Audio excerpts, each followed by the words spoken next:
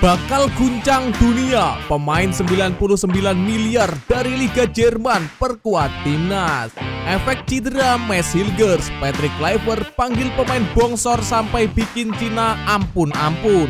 Simak informasi selengkapnya berikut ini.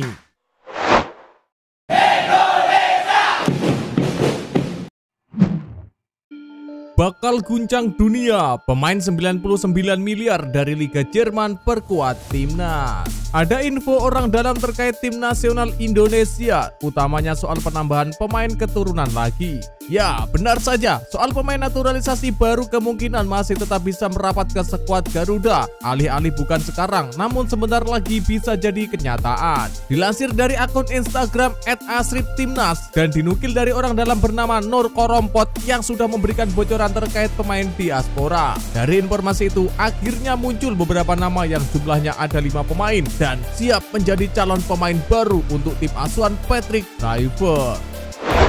Di urutan pertama ada Jayden Oosterwolde. Ya, nama Jayden tak henti-hentinya selalu dikaitkan dengan timnas Indonesia. Terlebih apabila melihat dari garis keturunannya yang dianggap kuat sebagai asal-usul. Walaupun tergolong sebagai pemain blasteran, nyatanya dari generasi di atas orang tuanya, Jayden dikabarkan memiliki garis keturunan Indonesia. Selain garis keturunan, Jayden juga bisa masuk di dalam skema Patrick Kluivert. Lantaran dia adalah bek berkualitas grade A yang kini bermain di Liga Turki bersama Fenerbahce yang dilatih Jose Mourinho. Pascal Struijk. Nama Pascal Struijk selalu disandingkan dengan timnas Indonesia lantaran dia juga memiliki asal-usul yang kuat sebagai calon pemain naturalisasi. Pascal menjadi calon pemain keturunan baru ketika melihat dari garis keturunannya yang juga bisa dianggap sebagai eligible untuk beralih federasi. Dan lagi ternyata Pascal juga pernah satu tempat bersama Coach Kluivert sewaktu laga Oxford United versus Leeds United. Mungkin dari sana ada komunikasi terselubung. Emiliano Jonathans. Nama Emiliano Jonathans jika dibandingkan dengan Jayden dan Pascal adalah salah satu nama pemain yang sudah lama sekali dikaitkan dengan skuad Garuda. Nama Jonathans sering dikaitkan bersama dengan Mads Hilgers yang kini sudah jadi WNI. Makanya pemain FC Utrecht itu juga tentu bisa menyusul langkah Mads Hilgers. Diketahui Emiliano memiliki garis keturunan Indonesia yang berasal dari ayahnya dan ternyata ditelusuri dia memiliki darah asal Depok. Dean Zandbergen. Dean yang baru-baru ini namanya dirumorkan ke Persib Bandung namun tidak jadi. Dia juga tercatat memiliki garis keturunan Indonesia yang jelas pula. Zandbergen diketahui memiliki garis keturunan Indonesia yang berasal dari Depok. Tentunya ini bisa menjadi alasan bagi dirinya untuk bisa menjadi orang WNI. Dean saat ini merupakan pemain yang berposisi penyerang atau striker yang kini aktif bermain di klub VVV Venlo kasta kedua Liga Belanda atau ST Divisi. Laurens Ulrich.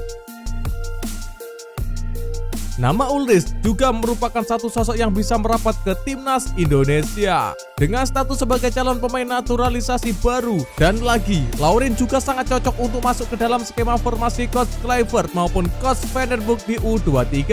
Tercatat, Ulrich memiliki keturunan Indonesia yang berasal dari Surabaya. Ulrich juga tercatat memiliki posisi yang bagus yakni gelandang playmaker di klub VSC Stuttgart 2. Dengan demikian, dari kelima nama calon pemain naturalisasi baru timnas Indonesia di atas tadi, setidaknya salah satu dari mereka bisa menjadi seorang WNI bulan depan.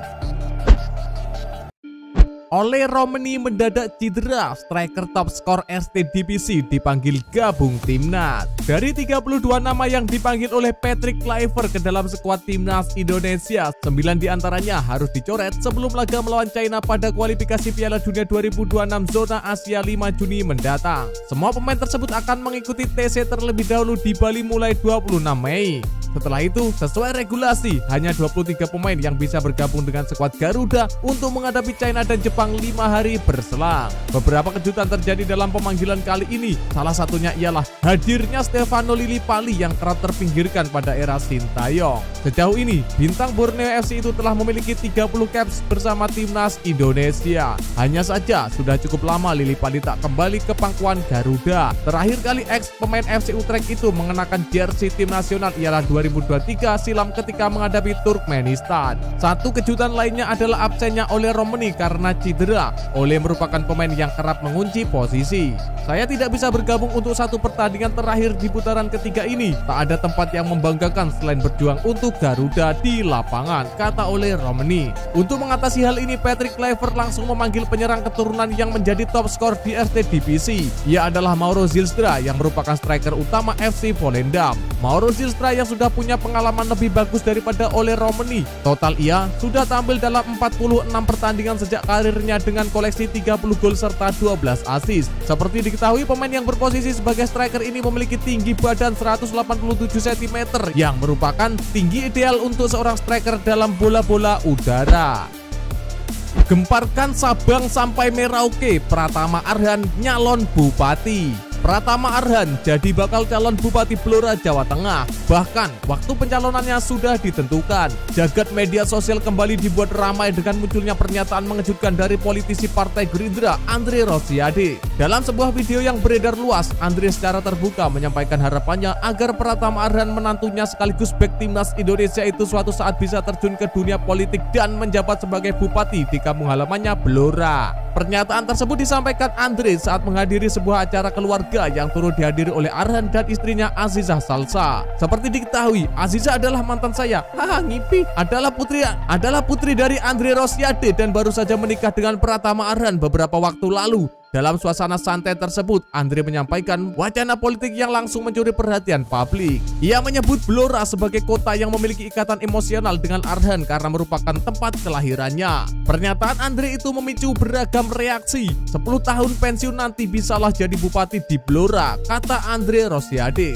Meskipun Arhan sendiri hanya tersenyum tipis-tipis saat mendengarnya, banyak warganet yang mulai berspekulasi soal kemungkinan karir politik bagi sang pemain muda yang kini masih aktif di dunia sepak bola profesional. Momen tersebut terekam dalam sebuah video yang kemudian viral di akun Instagram penggemar sepak bola tanah air. Di tengah ramainya perbincangan tentang masa depan politik Arhan, performanya di lapangan hijau tak kalah mencuri perhatian. Pada musim 2024-2025, Pratama Arhan bermain bersama klub Bangkok United di Liga Thailand. Penampilannya cukup impresif dengan kontribusi beberapa assist penting dari sektor kiri pertahanan. Bek berusia 23 tahun tersebut bahkan menjadi andalan utama di posisi bek kiri dan membantu Bangkok United meraih posisi runner-up di klasemen akhir Liga Thailand musim ini. Capaian tersebut memperkuat reputasinya sebagai salah satu pemain Indonesia yang sukses berkarir di luar negeri. Setelah menuntaskan musim kompetisi bersama klubnya, Arhan kini fokus pada tugas negara. Namanya kembali masuk ke dalam daftar yang dipanggil memperkuat timnas Indonesia untuk lanjutan kualifikasi Piala Dunia 2026 zona Asia. Di bawah asuhan pelatih anyar Patrick Kluivert, tim Garuda memanggil total 32 pemain untuk menghadapi 2 laga penting melawan Tiongkok dan Jepang.